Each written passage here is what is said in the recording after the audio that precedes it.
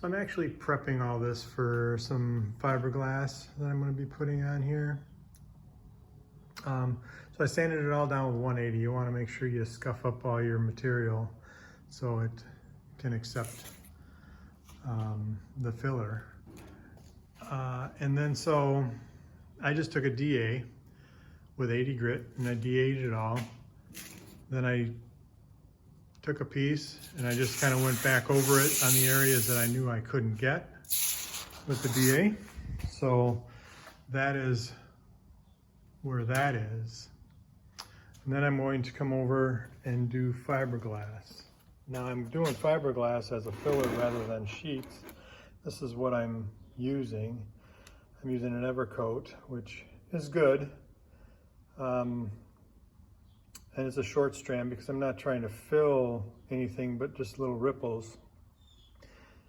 If you really needed, if you wanted to not repair holes with metal, you could actually get a long strand and it would repair some holes for you. But as you can see, it needs to all be mixed. I'm going to mix it and I'll plop it down and I will start spreading it to show you what that's like. So I'm laying the fiberglass on, and the fiberglass primarily I'm really only paying attention to the weld area. Gets a little sloppy around here because this remember was kind of curved and straight a little, curved and straight a little, so I wanted to make sure I had plenty on there so I could sand it off. Because the metal isn't straight or smooth around, I started doing down this here weld to transfer to the rocker. Ran out of material. I ran out of the mix. I can mix more up. Same with right through here. Right through here was another area that was kind of choppy when it comes to the curvature of this. That'll be sanded. Obviously all of it will be sanded, but that's why it's like this. When I get done sanding, there won't be a lot on there.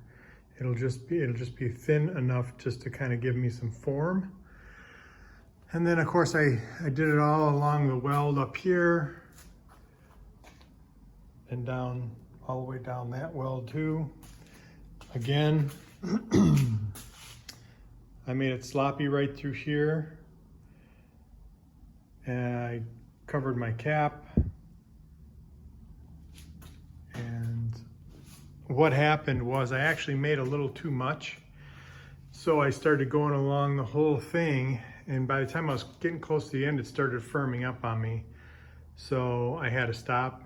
I had to mix another little batch, and so that's what happens. But I did it all the way down there too. This is fiberglass. Like I said, I'm really concentrating on putting it over the weld because this is kind of more of a waterproof product rather than a body filler, which a body filler is more like a porous. So a body filler will be going over this to do my final straightening, and it should be pretty thin. So that's what I have so far. So I'm continuing on, and as you can see, I just kind of taken the DA and I'm just kind of making it round. The DA is not a piece of equipment that's going to straighten a body. What I'm trying to do is just rough it in. I can tell right now by feeling it, there's just like a little low spot right here, and there's a one down in here. And when you run your hand this way, there's actually a low spot here. So there's going to have to be just a little fill that goes the transition from here down to here. More than likely most of the way down. So just giving you an idea on what it looks like. So then here's my gas cap covered in.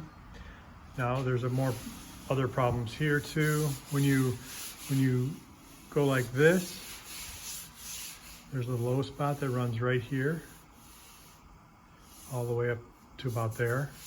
So you're gonna have to like feel it like this, and oh yeah, it starts right in here, and it's probably a spot like this. I'm not going to use fiberglass on that. I'm going to use regular body filler to do that. That's what fine tuning is. This is just going to keep those welds sealed up. I probably used more than I really needed to, but that's okay. I'll use it as a body filler too right now. So that's kind of where I'm at. There's like a little dent here. I might be able to kind of pound some of that out. Because again, I'm not really in the bodywork phase, even though this is part of that. I started sanding on this just a little bit to just help transition it. It's looking pretty good. I'll do the same with this. And obviously I'll get these straight. Some of this might be more handwork. Not sure how I'm going to do that yet. I'll probably use a DA to get rid of the rough stuff and get it roughed in and then hand work it in. It's still, some of this over here is just a little tacky yet. So I'm not going to be sanding over there. I'll be primarily sanding over here. I guess that's a little tacky yet too. So we're going to wait. We're going to wait. This top area is okay. So is what I also did is some of this, like this really rough stuff that I have here, I'll take my cheese grater and I will grade that. Knock that down before I start sanding on it. That'll at least get it straight. That's what I did, like right here. You can kind of see that it's a little more coarse right there. So that was with a cheese grater. Any type of high spots like that, you can cheese grade. You can kind of rough. The cheese grade is going to just kind of give you a rough, really rough end. So that's it, and I will continue on and show more. So I sanded, formed some of this stuff here. You can kind of see how I've got it going on. All along here, you can see this is a low spot. All the way down here, and you can kind of see where these are just little low spots too. I think I might just mix up just a little more fiberglass, just a little bit, just to kind of take care of some of those little spots like that. Here's a little low spot, you can see a different color. There's a few things I wanted to mention. I gotta quit saying when you sand something like this, you want to get something straight. You use sandpaper this is 36. I was using 80 on the DA to kind of knock it down and kind of rough it, just kind of, shape it just a little bit.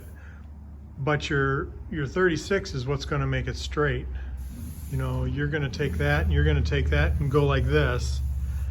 And now that's pretty good right there. See that? And you can see I sanded down. I sanded down until I started seeing metal. That's pretty good. Now on this side, I have some other issues that I've got to take care of, which no big deal. It seems like it's a little high right here. But otherwise, this is pretty good. There's a little low spot here. When you come in this way, there's a little like low spot here and here. That's bodywork stuff. But I wanted to show you how thin this actually is. And it seemed like it was a lot, but like this magnet that I have here is just a flimsy little magnet. And it's,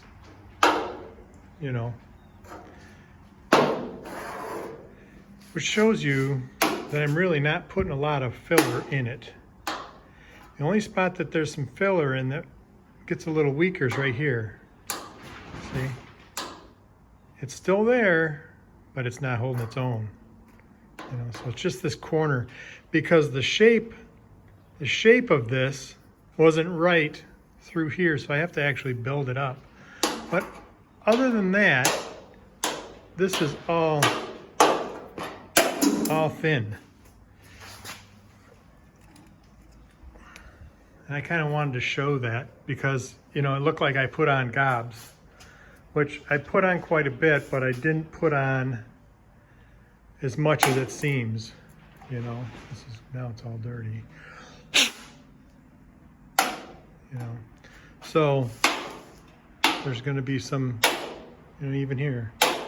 It's really not that, see, it's not that thick. It's really thin. It looks like a lot more, like I said, but it's really not. You can even tell. I mean, you can't decipher the difference between that. But that's how you do it. You know, you want to, I just kind of roughed it with the DA on 80, but just to kind of, because it's easier with some power. And then I'm old school, I do a lot of things by hand. So I took a 36 grit longboard and I started going to town on it and curving these and getting it right. So I'll continue on. There you go. It's all roughed in, fiberglass, all the way down, sanded. You can see how this is curving in. Is this perfect? Nope, not at all. You can see little flaws in it, and that's okay. Fiberglass is not a filler that you're going to use to finish, so it's going to be sloppy, especially like right in here. Well, I know this is all low. I'm not worried about it. You know, it's low up here too. Not worried about it. So now there's two things you can do. One, you can move on to plastic filler and skim all this, sand it all, smooth it all, and seal it. Or you can put a sealer over it, like the DP90 that I use, and then continue your body work off of that. So we'll see. Not sure exactly which way I'm going to go yet. Don't know if I want to continue on the body work side. Regardless, it's got to get sealed. So yeah, so that's it so far.